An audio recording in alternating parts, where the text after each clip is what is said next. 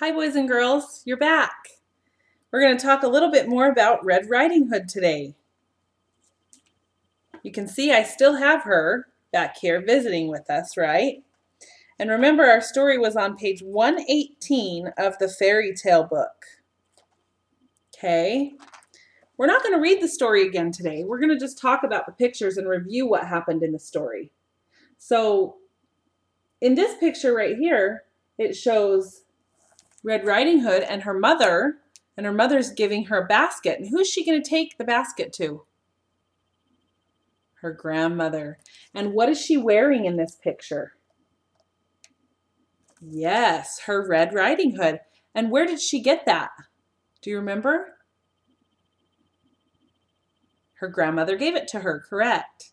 And that's kind of where she got her name from, the Red Riding Hood that she was wearing.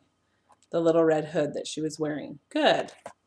So Little Red Riding Hood's going to take a basket to her grandmother. Do you remember why? Because her grandmother's sick, right? And do you remember what Little Red Riding Hood's mother said to her? Don't talk to any. Do you remember? Strangers. Yeah, don't talk to anybody that you don't know. Okay. And so she goes on her merry way to take the basket to grandmother. And who does she meet at the edge of the forest? The wolf. And does she ignore him and just walk and go on her way? She doesn't, does she? She talks to him. He says, "Where are you going? And where does your grandma live? And how do you get there?" And she told him all the answers, didn't she? And he walked with her for a while in the woods, and then he said, "Look how many beautiful flowers there are around here. You should pick some for your grandma." So she gets lost in the woods picking flowers a little bit and loses track of what time it is. Her mom had told her to make sure that she went before the sun was high, right? She didn't want her to get home before dark. So she's picking flowers for her grandma, and what does the wolf do? He goes to grandma's house, doesn't he? And he gobbles her up. He pretends like he's Red Riding Hood and says, "Grandma, let me in. I brought you a basket." And she says, "The door is open." And he goes in and he gobbles her up. And then what does he do?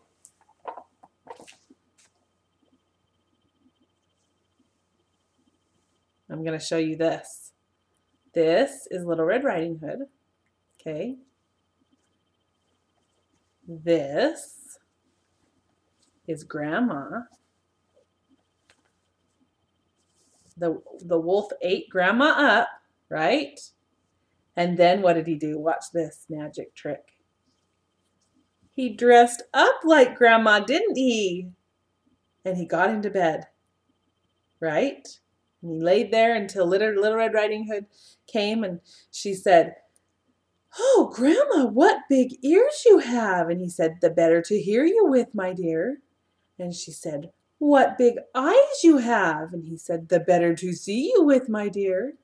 And she said, "What big hands you have." And he said, "The better to hold you with, my dear."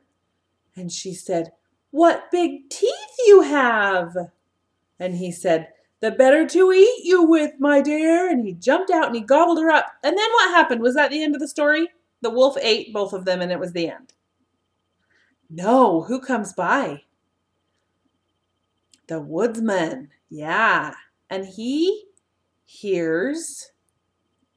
goes in and he sees the wolf. He hears the wolf snoring loudly and cuts open the wolf's stomach. Right? And pulls out. Oh, who comes out first? Let's see. The little red comes out first, right? And who comes out next? Grandma comes out next, right? And she's hardly able to breathe. But he saved them both. And what did they do? What did they put in the wolf's stomach? Do you remember? Put some big rocks in there. See, the wolf was sleeping, They put some big rocks in his stomach and sewed him up so that when he stood up and he tried to run away, fell down dead, right? Now remember that fairy tales aren't real stories, right? It can be a little bit scary sometimes to read about a wolf eating somebody, but they're just make-believe stories, right? They're just called fairy tales. Thanks for reviewing the story of Little Red Riding Hood with me. I hope you have a great day, and I'll see you back here next time.